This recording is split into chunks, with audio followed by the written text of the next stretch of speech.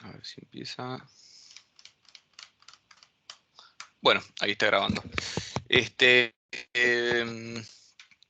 Bueno, chicos, antes de que me pregunten, todavía no corregí los recuperatorios. Lo voy a hacer el fin de semana.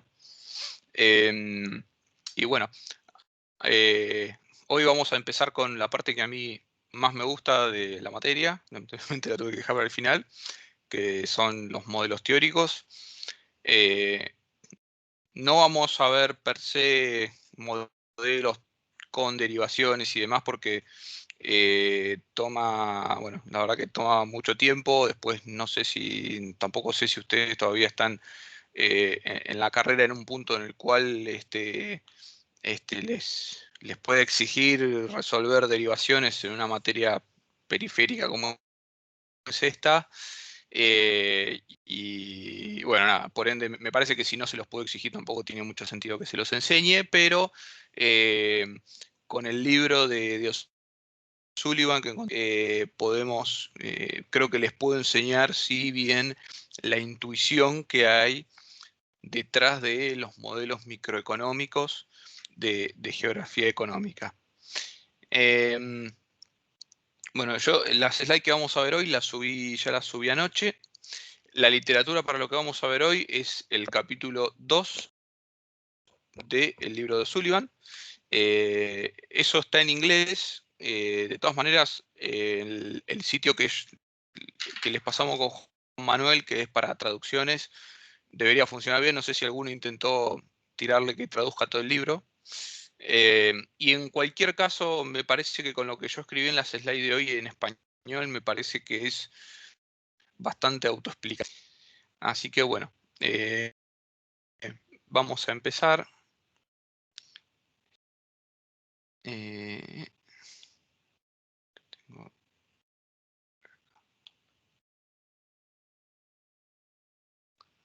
No, esto no.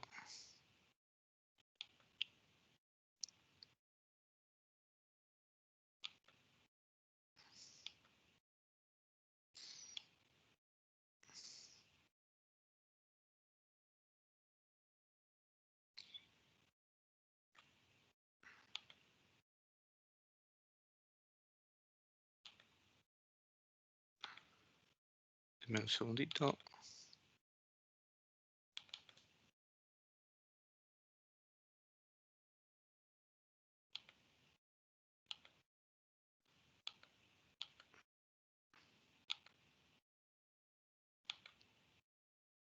Ahora sí, ¿están viendo?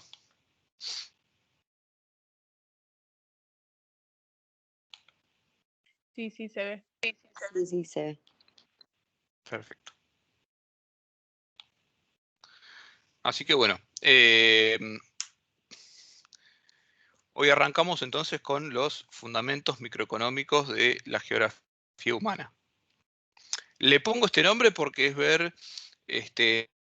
es partiendo partiendo de supuestos o premisas sobre el comportamiento de los consumidores y las empresas, igual que en un modelito, qué sé yo, un modelito de maximización de utilidad o de maximización de ganancias.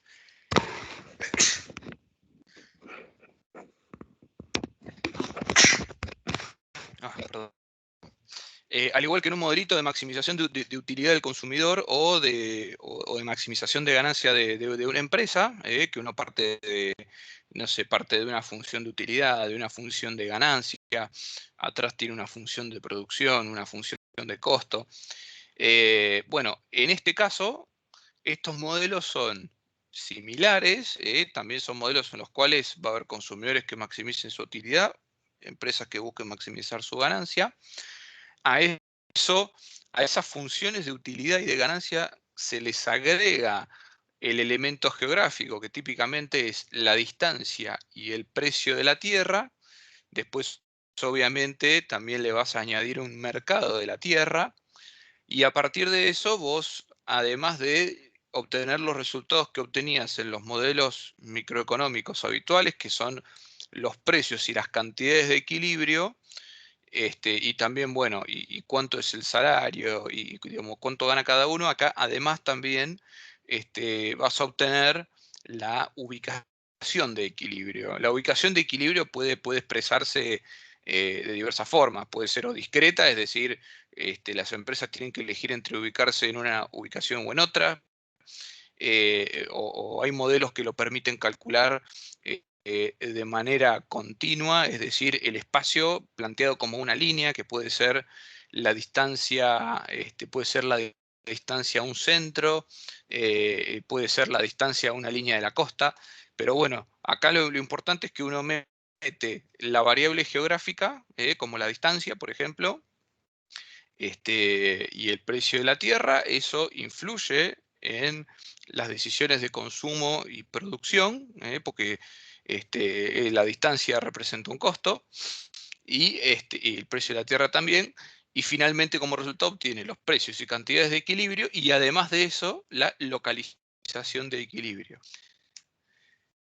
Entonces, un poco para terminar de entender el por qué vamos a ver estos modelos, ustedes, chicos, tengan en cuenta que en las unidades 1 y 2 lo que aprendimos fue de manera descriptiva la ubicación de las personas y las actividades económicas en el territorio, y hemos ido observando una serie de regularidades y de fenómenos. Por ejemplo, que las empresas y las personas se aglomeran en unos pocos kilómetros cuadrados. Piensen que casi todas las personas y las empresas viven en pueblos y ciudades. Y si vos calculás qué porcentaje de todo el territorio argentino representa la superficie de esos pueblos y esas ciudades, es un porcentaje ínfimo. Es como decirles que es el 1,5%. Después el 99% del territorio está, en la práctica está deshabitado. Después, al mismo tiempo, así como vimos que las personas se aglomeran en unos pocos kilómetros cuadrados, a su vez están dispersadas en distintos puntos, porque no es que todo el país vive en el aglomerado, en el área metropolitana de Buenos Aires. Un tercio del país vive ahí, pero el otro tercio del país está repartido en distintos puntos en el territorio, que pueden ser más grandes, como Córdoba, como Rosario, más mediano, como Bariloche, un poco más chico, como, qué sé yo, Trenquelauquen, por tirar el nombre de alguna localidad bien del interior. Y entonces, bueno, así como la aglomeración tiene un fundamento económico, la aglomeración en pocos kilómetros cuadrados tiene un fundamento económico, también hay un fundamento económico que explica la dispersión en distintos puntos. Típicamente vamos a ver, la aglomeración se explica por las economías de aglomeración, es decir, las ganancias de eficiencia que tienen las empresas y los trabajadores por vivir todos juntos, y la dispersión va a estar explicada por la congestión que genera vivir en un único punto que tiene demasiados habitantes. Son dos fuerzas que se contrapesan y tienen un punto de equilibrio. Obviamente que en la dispersión también juega muy fuertemente otro elemento, que es la dotación de recursos naturales. Pero fíjense, chicos, ustedes que no hay países en los cuales no ocurran estos dos fenómenos. Entonces, los recursos naturales quizás te vayan a explicar la ubicación absoluta de la actividad, es decir, qué sé yo, obviamente una mina de carbón no la vas a tener en un lugar en donde no está el recurso natural para explotar. Entonces, eso te puedo explicar la ubicación absoluta. Ahora, la ubicación relativa, que es dónde se van a ubicar, a qué distancia unos de otros se van a ubicar las personas y las empresas, eso ya sí se rige por la lógica económica de estos modelos que vamos a ver. Después, bueno, también vimos a lo largo de la materia diferencias de productividad y de salario. Eso también tiene, obviamente, diferencia de productividad y salario entre las distintas regiones.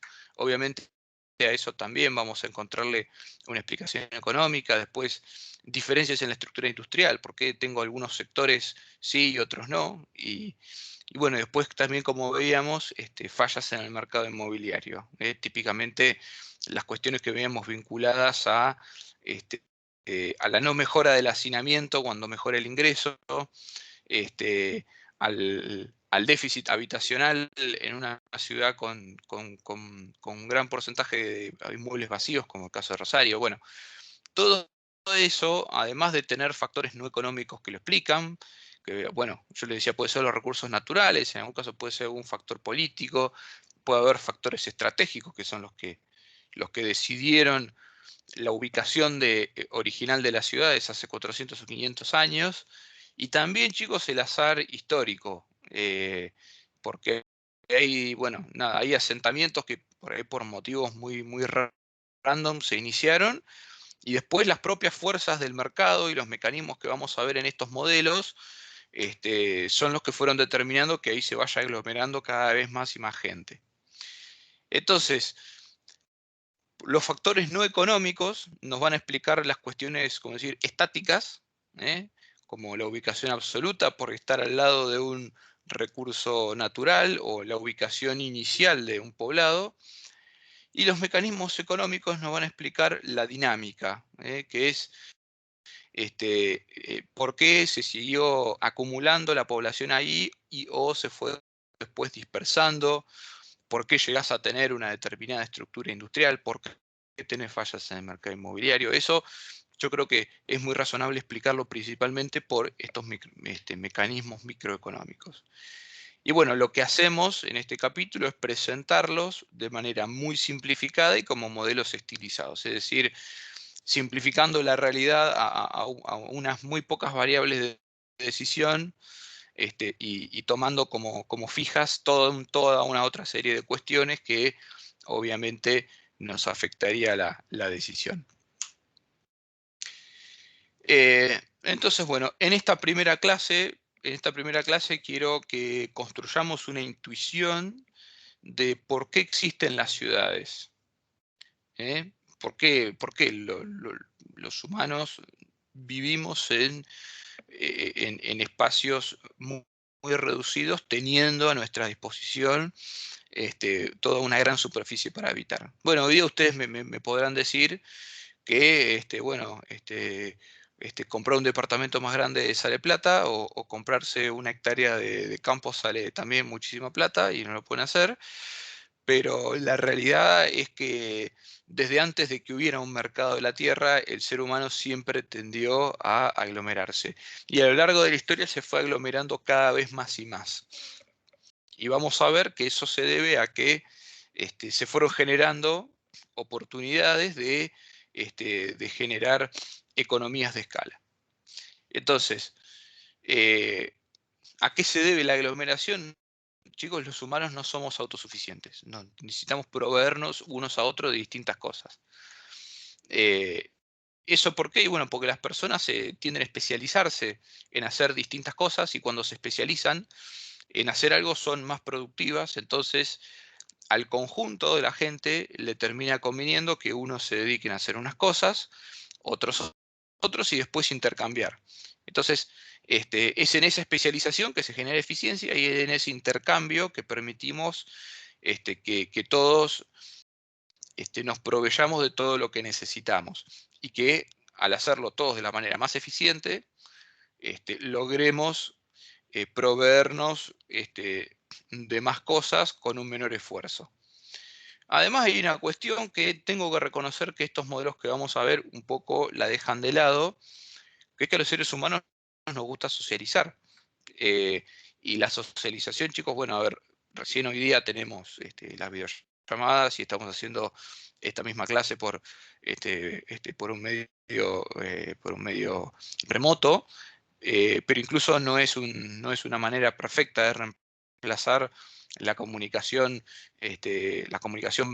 interpersonal. Entonces, el solo hecho, la sola necesidad del humano de socializar, eso ya de por sí lo que hace es generar un incentivo a la aglomeración. Nos gusta sentarnos a tomar un café con alguien, bueno, tenemos que estar a una distancia de a pie. Entonces, digo, esto lo menciono porque en estos modelos que vamos a ver, eso está muy dejado, o sea, directamente no está mencionado, pero yo considero que también es un factor sumamente importante. Y después, bueno, al mismo tiempo, piensen chicos ustedes que vivir en una ciudad, y particularmente una ciudad como Buenos Aires, implica bancarse un montón de problemas que en una ciudad más chica o en el campo no te tenés que bancar. El ruido, la congestión, tenés más probabilidad de sufrir mayor probabilidad de sufrir un hecho delictivo, un accidente. eh, en fin, las ciudades suelen ser más contaminadas, entonces, ¿por qué motivo estamos dispuestos a soportar eso? Y bueno, estamos dispuestos a soportar eso porque la ciudad también nos permite nos permite socializar más y nos permite también tener una mejor calidad de vida en términos de posibilidades de ingreso y de consumo. Entonces, como consecuencia de todo esto, y pese a la congestión, nos seguimos aglomerando en ciudades. Ahora, para entender mejor cuáles son los mecanismos que nos llevan a aglomerarnos en ciudades, conviene empezar pensando en cómo tendría que ser un mundo que no requiera ciudades. Acá vamos a dejar de lado la cuestión de socializar y nos vamos a enfocar pura y exclusivamente en lo que es la actividad económica. Entonces, vamos a hacer un poco de abstracción. Pensemos, chicos, pensemos en un modelo con las siguientes características. Supónganse, el mundo es una superficie de tierra perfectamente homogénea. Digo, cualquier cultivo lo podés hacer, cualquier cultivo que vos quieras hacer tiene el mismo rendimiento en cualquier punto del mapa. Todos los trabajadores son idénticos, o sea, todos tienen la misma productividad en todas las actividades. Em, y eso lo que nos determina, la productividad homogénea de la Tierra nos determina que la localización absoluta del mapa sea indistinta. O sea, los trabajadores se van a ir en cualquier lugar en el que produzcan, van a obtener el mismo ingreso y van a poder consumir lo mismo, o sea que van a ser indistintos. Les va a dar lo mismo ubicarse en la esquina sudoeste del mapa que en el centro que en el norte.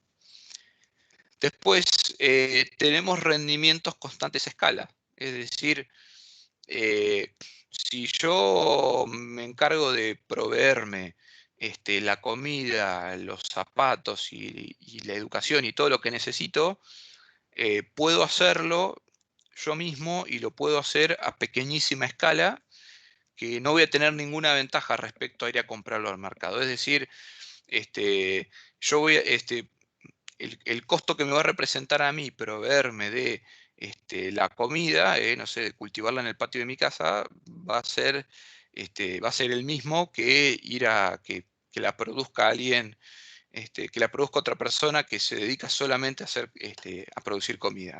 No va a haber ninguna ganancia de eficiencia por especializarse. O que si me duele algo me atienda yo mismo y no que vaya a ver un médico que estuvo 20 años estudiando para ser médico. En este mundo, los rendimientos a escala son constantes. Es decir, si vos dedicás 1 hora de tu tiempo o toda tu vida a hacer una actividad, la vas a hacer siempre con la misma eficiencia. Entonces, ¿el resultado cuál es? Y que la autoprovisión de todo lo que necesitamos es un escenario posible. Esto, chicos, puede sonar muy abstracto, pero piensen ustedes que en el siglo XV, por ejemplo, los campesinos se proveían buena parte de todo lo que necesitaban, o sea, se fabricaban su propia ropa, cultivaban su propio alimento, eh, los que podían le enseñaban a sus hijos lo que podían, no es que mandaban a los chicos a la escuela.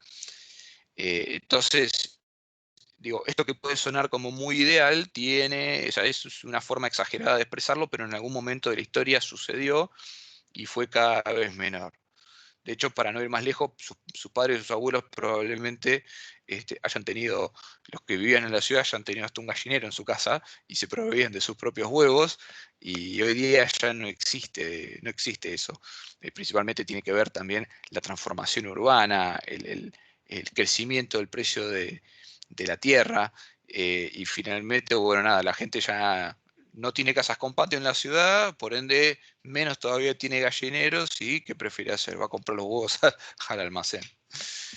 Después, bueno, el otro supuesto del modelo, los costos de transporte son invariables a la distancia, es decir, desplazarme 1 metro o desplazarme 1000 kilómetros tiene el mismo costo. O sea que el costo marginal de la distancia es 0.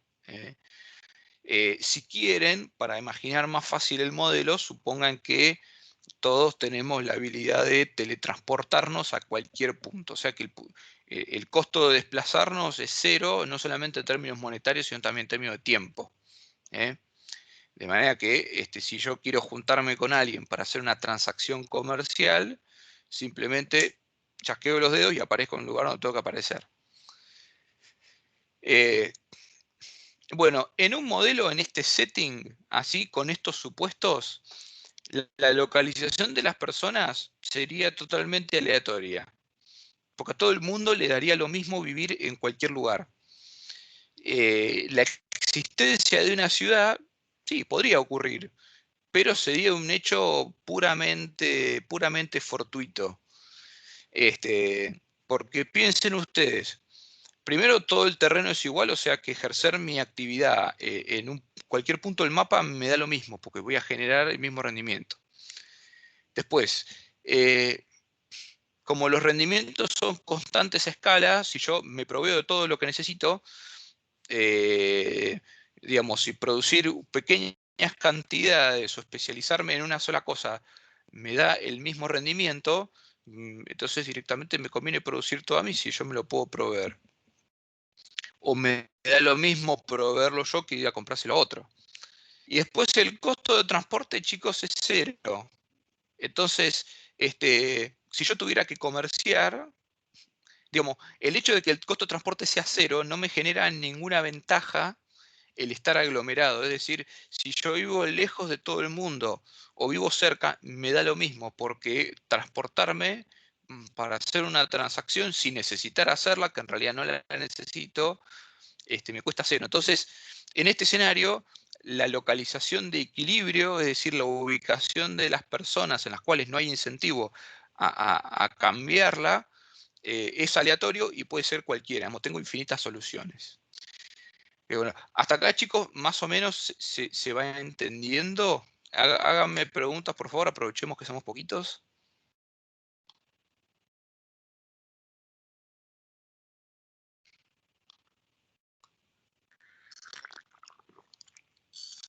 Bueno, ahora vamos a agregar un supuesto más y vamos a ver cómo nos cambia el modelo. Acá, chicos, para verlo de manera más ordenada, fíjense, nosotros comenzamos con productividad marginal igual a 0. Acá no es igual a 0, es constante, perdón.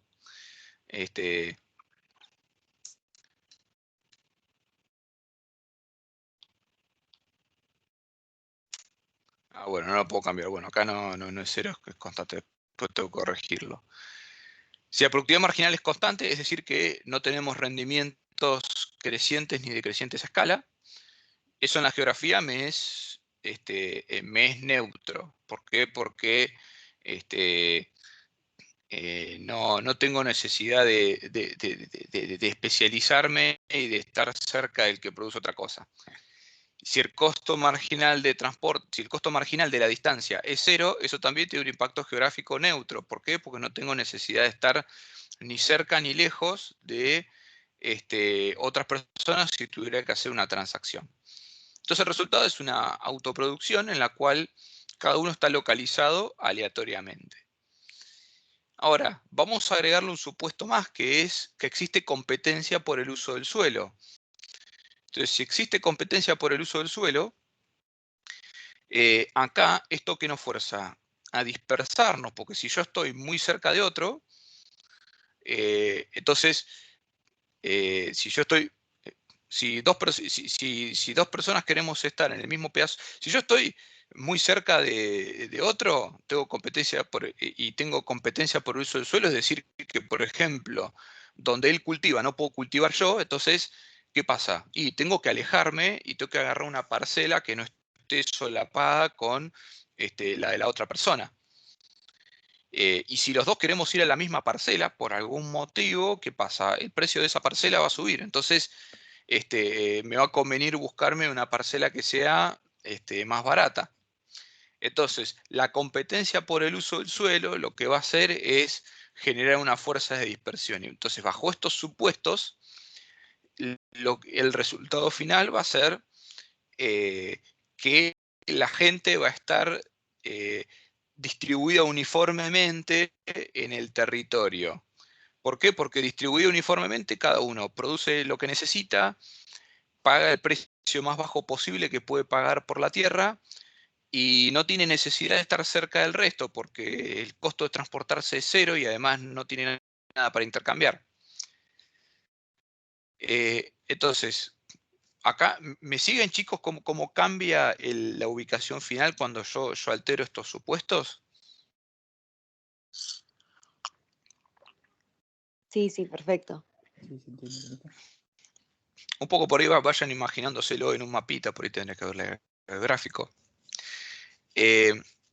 Ahora, si yo agrego rendimientos crecientes a escala, es decir, si agrego economías de escala, esto cambia.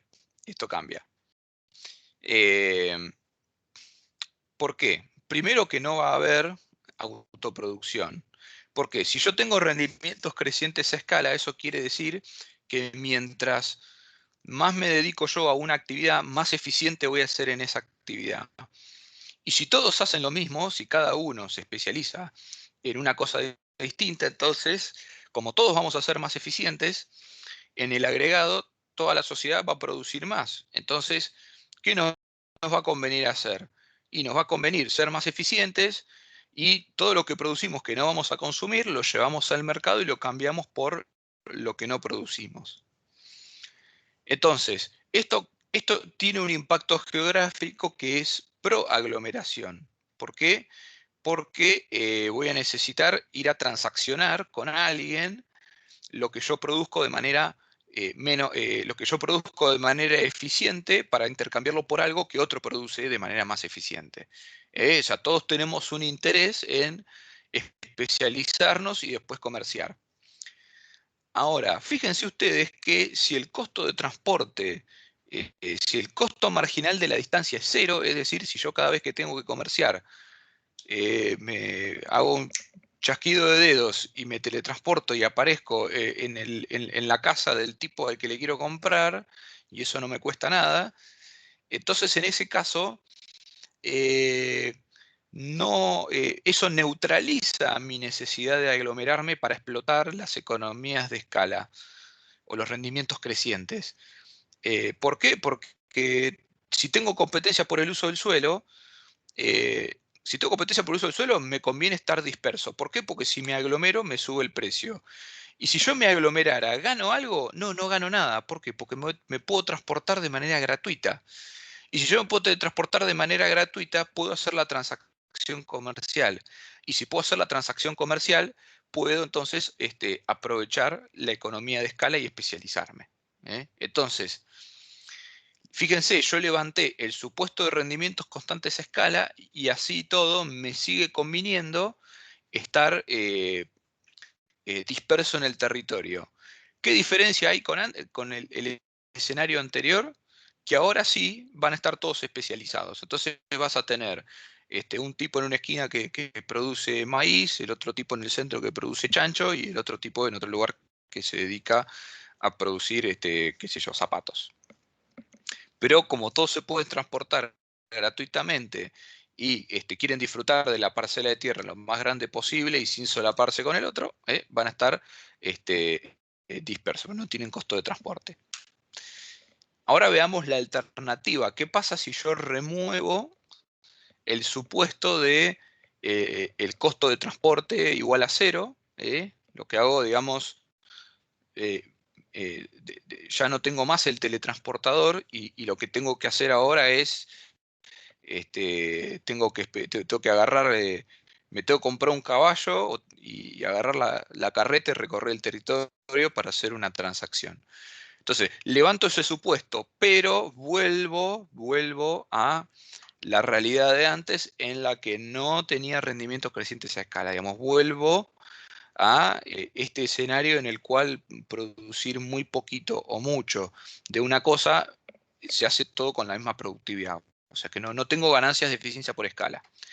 Entonces, en ese caso, el no tener el tener costo de transporte, costo marginal de distancia mayor a 0, eso me genera un incentivo a aglomerarme. ¿Por qué? Porque si yo me quiero desplazar de un punto a otro para hacer una transacción, me va a costar plata porque voy a tener que pagarle al tipo que tiene el dueño del caballo, y además me va a costar tiempo, porque el tiempo que yo estoy desplazándome es tiempo que no estoy produciendo. Entonces, desplazarse tiene un costo y ese costo es creciente con la distancia. ¿Por qué? Porque, bueno, el caballo tiene que comer más y porque me toma más tiempo hacer esa misma distancia. Ahora, ¿qué sucede? La pregunta es, ¿para qué me voy a desplazar si no tengo ganancias de eficiencia? O sea, ahora decís, che, sí, me conviene aglomerarme para acortar las distancias, pero acortar las distancias no me sirve de nada, no me genera ningún rédito económico. ¿Por qué? Porque no tengo necesidad de comerciar. ¿Y por qué no tengo necesidad de comerciar? Porque yo me puedo producir todo yo mismo en mi casa. No tengo ninguna ventaja de especializarme en algo y en ir a comerciar lo que no produzco con otro tipo. Entonces, como resultado, nuevamente volvemos a tener una distribución uniforme, pero en este caso una autoproducción. O sea, cada uno se produce lo suyo. ¿Me siguen hasta acá, chicos? ¿Cómo cambian los resultados en la medida que yo levanto o vuelvo a poner estos supuestos? Sí, perfecto, Bruno. Entonces, hasta acá no tenemos una ciudad, porque no tuvimos necesidad, o sea, no tuvimos ninguna ventaja en aglomerarnos. Y por el contrario, sí tenemos una desventaja que es la competencia por el uso del suelo. Ahora, si yo levanto simultáneamente los dos supuestos, ahí sí aparece la ciudad. ¿Por qué? Porque si yo tengo rendimientos crecientes a escala, me conviene, me conviene aglomerarme. Me conviene aglomerarme porque tengo que transaccionar. Yo tengo rendimientos crecientes a escala, me especializo, todos se especializan, son más eficientes y todos les conviene intercambiar lo que producen eficientemente con lo que el otro produce más eficientemente. Entonces, tengo un incentivo a hacer una transacción. Y si yo me aglomero, voy a reducir el costo de esa transacción. Y al mismo tiempo, al tener costo de transporte, costo marginal creciente, costo de transporte creciente con la distancia, entonces ahí me va a convenir aglomerarme para reducir el costo de la transacción. Entonces, simultáneamente, habiendo levantado ambos supuestos de productividad y costo marginal de transporte constante, levantando simultáneamente esos supuestos y entrando en el terreno de los rendimientos crecientes a escala, tanto en la producción como en el transporte, ahí finalmente es como yo explico la aglomeración. El resultado va a ser trabajadores especializados y que se van a aglomerar. Si yo levantara el supuesto de competencia por el suelo, la aglomeración sería en un solo punto. Ahora, como yo tengo competencia por el suelo, tengo una fuerza que me patea en contra, que es la dispersión. Entonces, el resultado final va a ser que la población va a estar aglomerada en un punto o en varios puntos. Eso va a depender de la intensidad relativa de una fuerza y otra. La intensidad va a depender de la ganancia de las economías de escala, del costo marginal de hacer un kilómetro adicional, versus la competencia por eso, lo que puede ser, o cómo crece el precio a medida que más gente se aglomera, el precio de la tierra, o en cuánto se reduce la productividad del suelo mientras más producciones le metemos encima. Son distintas maneras de verlo. Entonces, digamos, gran corolario de este modelo es, si yo pongo rendimientos crecientes a escala y pongo costo creciente de la distancia, que son los dos supuestos más realistas del mundo, porque hoy día todos nos especializamos en algo y trasladarnos de un lugar a otro siempre implica un costo en términos de plata o de tiempo. Esas dos cosas me explican la existencia de las ciudades. Los invito a ustedes a hacer personalmente el ejercicio mental de pensar qué pasa cuando, sobre todo cuando yo voy variando los costos de transporte. ¿Eh? Eh, Así que bueno, después hay un segundo modelo que ya es, este modelo que vimos nosotros no está per se en el modelo en el libro de O'Sullivan. Lo fabriqué yo a partir de un ejercicio que está ahí al final del capítulo, pero bueno, me pareció a mí por ahí la manera más sencilla de explicar la existencia de las ciudades. Ahora voy a explicarles el modelo que sí está en el libro de O'Sullivan. Vamos a ver una partecita nomás porque nos vamos a quedar sin tiempo. Y bueno, van a ver que es muy similar porque también juega con lo que es los costos de producción y de comercialización.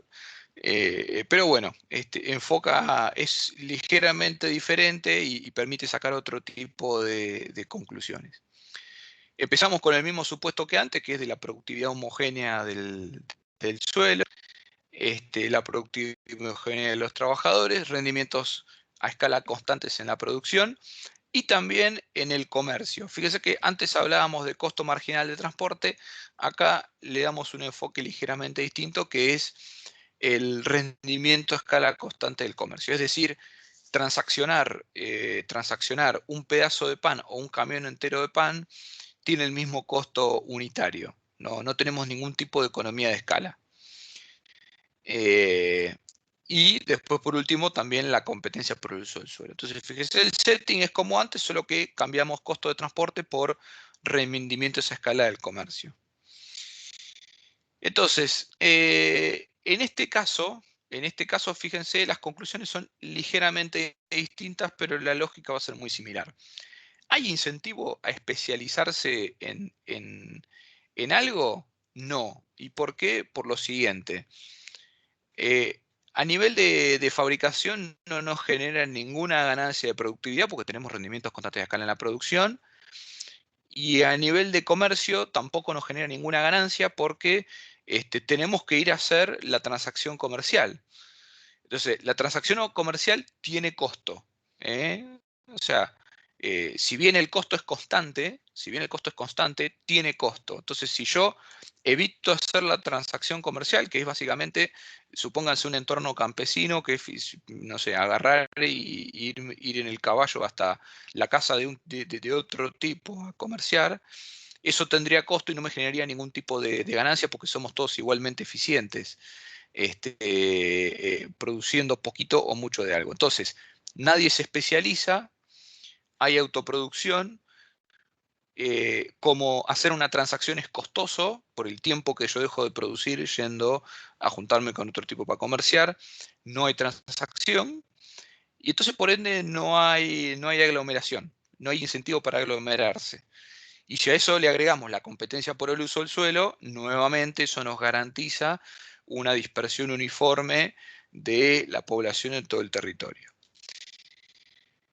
Entonces, ahora replanteamos el modelo y vamos a permitir que surja el comercio. ¿Qué supuesto vamos a cambiar para que surja el comercio? Vamos a cambiar el segundo supuesto, que es la productividad homogénea de todos los trabajadores. Dividamos el territorio en dos partes, una parte norte y una parte sur. Imaginemos que en el territorio se producen dos bienes, son el pan y las camisas, el bread and shirts. Y acá cambiemos el segundo supuesto. La productividad de los trabajadores no es homogénea. En el norte son más productivos en todo. En una hora de trabajo te producen más pan y más camisas que en el norte. Sin embargo, el norte tiene una ventaja comparativa en camisas y el sur tiene una ventaja comparativa en el pan. ¿Cómo se mide la ventaja comparativa? La ventaja comparativa se mide cuando vos tenés el costo de oportunidad de producir algo más bajo que el del otro. Entonces, miremos primero el norte. Si en una hora pueden producir 2 panes y 6 camisas, la primera línea acá, entonces, ¿cuál va a ser el costo de oportunidad? Puta, ahí cuadrito negro me está bloqueando. Está. El costo de oportunidad de producir un pedazo de pan van a ser 3 camisas, porque por cada pan que produzco es media hora de trabajo en la cual yo podría producir 3 camisas. Y el costo de oportunidad de una camisa va a ser 1/3 de pan. ¿Por qué? Porque para producir una camisa voy a tardar 1/3 voy a tardar 10 minutos. Y en esos 10 minutos yo podría fabricar 1/3 de un pan, porque produzco un pan cada media hora. Entonces, mi costo de oportunidad de un pan, en el norte, mi costo de oportunidad de un pan son 3 camisas y mi costo de oportunidad de una camisa es 1/3 de pan. En el sur, ¿qué sucede? Bueno, en el sur mi productividad es en una hora puedo producir o un pan o una camisa. Entonces, costo de oportunidad es producir una camisa, en el caso del pan, y viceversa. Entonces, les pregunto a ustedes, ¿en qué producto tiene ventaja comparativa el norte? En las camisas. Claro. ¿Y por qué? ¿Qué número mirás vos para decirme que tiene ventaja comparativa en las camisas? El costo de oportunidad, Exactamente. ¿Cuánto es? 1/3. Bien. O, ¿1/3 de qué? sería, o sea, 1/3 de remeras, puede ser por camisa. Es un tercio del pan.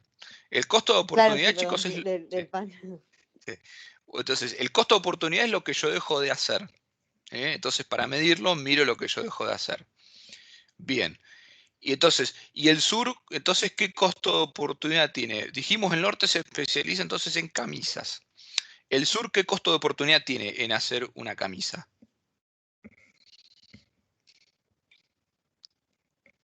Uno Mírenla. Bien, ¿un qué? en el pan.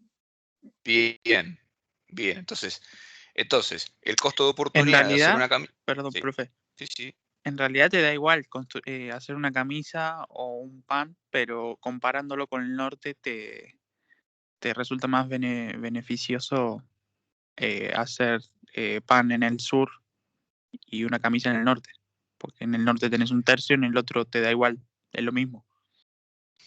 ¿Puede ser? Sí, a ver, sí, no nos adelantemos hasta la transacción comercial, ni tampoco Ah, confundamos con ventaja absoluta. La realidad es que, a ver, si vos decís, che, si vos en el vacío preguntás a dónde me conviene producir pan, y te va a convenir en el norte, porque en el norte por cada hora de trabajo producís 2, te sale más barato. ¿Y a dónde me conviene producir camisa? Y también te conviene en el norte, porque en una hora haces 6 y los del sur en una hora hacen 1. Ahora, eh, ahora, eso es ventaja absoluta. Absoluta, que es preguntarse así, mirar solamente, che, ¿en cuál de los dos? Es mirar producto por producto y decir, che, ¿en cuál de los dos son más baratos? Ahora, acá lo que estamos mirando es la ventaja comparativa, no la ventaja absoluta, la ventaja comparativa.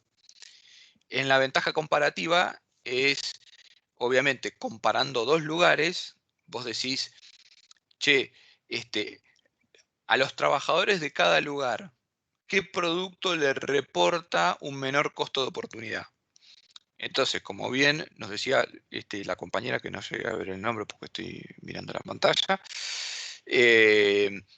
producir una camisa en el norte te toma un esfuerzo equivalente a 1/3 de pan, y producir una camisa en el sur, al trabajador del sur, le toma un esfuerzo equivalente a un pan entero. Este esfuerzo equivalente es simplemente el tiempo que tendrían que trabajar para producir lo otro. Ahora, comparemos, ahora les pregunto a ustedes nuevamente, ¿cuál es el costo de oportunidad de producir un pan en el norte? Miremos la izquierda. Digamos, ¿qué es lo que dejo de fabricar si me pongo una hora a fabricar pan? ¿No dejas de fabricar 3 camisas? Exactamente. Si yo, perdón, no una hora, yo fabrico un pan, dejo de fabricar 3 camisas. Ahora, en el sur, si yo me pongo a fabricar pan, ¿qué dejo de producir? Una camisa. Una camisa. Exactamente. Entonces, como verán, el costo de oportunidad de producir camisas en el norte es 1/3 de pan, en el sur es un pan. Entonces, el norte tiene ventaja comparativa en camisas. Va a ser más eficiente y, por el contrario, en el norte, perdón, en el sur, producir un pan me va a costar una camisa y en el norte me va a costar 3. Entonces, en el sur, el costo de oportunidad de fabricar camisas es más bajo. Entonces, fíjense que son 2 panes por hora, pero son 2 panes por hora, pero el costo de oportunidad para poder comparar entre regiones lo miramos por unidad producida. Esto, chicos, después cuando lean el capítulo les recomiendo ponerse con papel y lápiz porque, a ver, acá lo hablamos y es una aritmética que parece muy boluda, pero lo importante es que ustedes entiendan bien la intuición y el razonamiento detrás. Acá también el ejemplo está hecho así para mostrar que aún con ventaja absoluta en la producción de todo, el comercio, como vamos a ver ahora, va a hacer que te convenga especializarte en una sola cosa. Ahora en estos 5 minutos que quedan vamos a ver qué pasa si nos ponemos a comerciar. Bueno, como decíamos recién, una región tiene ventaja comparativa si el costo de oportunidad de su producto es menor que el de otra región. Norte tiene ventaja comparativa en camisas, costo de oportunidad de 1/3 de pan versus 1. Y el sur tiene ventaja comparativa en pan, un costo de oportunidad de una camisa contra 3 en el norte. Hay incentivo a especializarse y comerciar porque eso le maximiza el bienestar a ambas regiones. Entonces, ahora vamos a hacer una aritmética muy sencilla, que es, por cada hora reasignada hacia la ventaja comparativa, es decir, en el caso del norte, por cada hora de trabajo que yo saco de producir pan y la asigno a producir camisas, y cada hora del sur que yo producía camisas asignada a producir pan, entonces por cada hora que cada región le asigna a la ventaja comparativa, vamos a tener la siguiente cuenta económica. Bueno, en el caso del norte se ve, porque por ahí se ve medio chiquito, voy a ver si le puedo hacer un poco de zoom.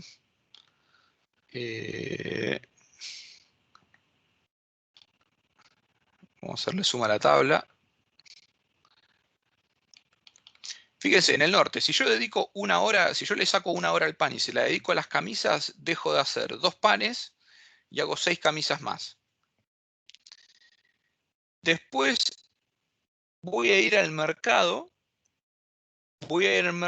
y lo voy a intercambiar. Voy a entregar 4 camisas y voy a recibir 2 panes. La tasa de cambio, chicos, de 2-1 no está explicada en el libro. Acá, para no hacerse lío, tómenla como arbitraria, en realidad no lo es.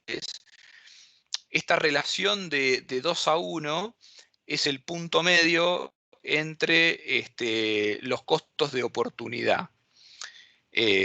¿Por qué? Porque piensen que el que fabrica camisas va a ir a hacer el intercambio mientras reciba más de 1/3 de pan por cada camisa que fabrica, porque si le van a dar menos de 1/3 le conviene hacérselo él.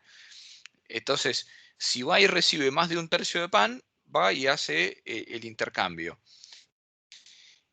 Ahora, por otro lado, los del sur van a ir a comerciar camisas y van a ir a comerciar panes y por cada pan reciben más de una camisa, porque si les van a dar menos de una camisa, les conviene fabricarlo yo mismo. Entonces, fíjense que en ambos casos la relación es, uno es recibir más de un tercio, y el otro es recibir más de uno. El punto medio entre ambos extremos es una relación 1-a-2. Es decir, si por cada camisa me dan medio pan, estoy bien. En el norte me conviene, gano, porque mi precio de reserva es un tercio. Y en el sur, si por cada pan me dan 2 camisas, estoy ok también. Porque me mejora mi precio de reserva del pan, que era 1, que es el costo al cual me lo produzco yo. Entonces, digamos, a partir de eso uno puede explicar el precio de intercambio, pero no se hagan lío, tómenlo como dado. Entonces, en el norte, yo dedico 1 hora de trabajo más a producir camisas y 1 hora y dejo de producir pan. Entonces tengo menos 2 panes y tengo más 6 camisas.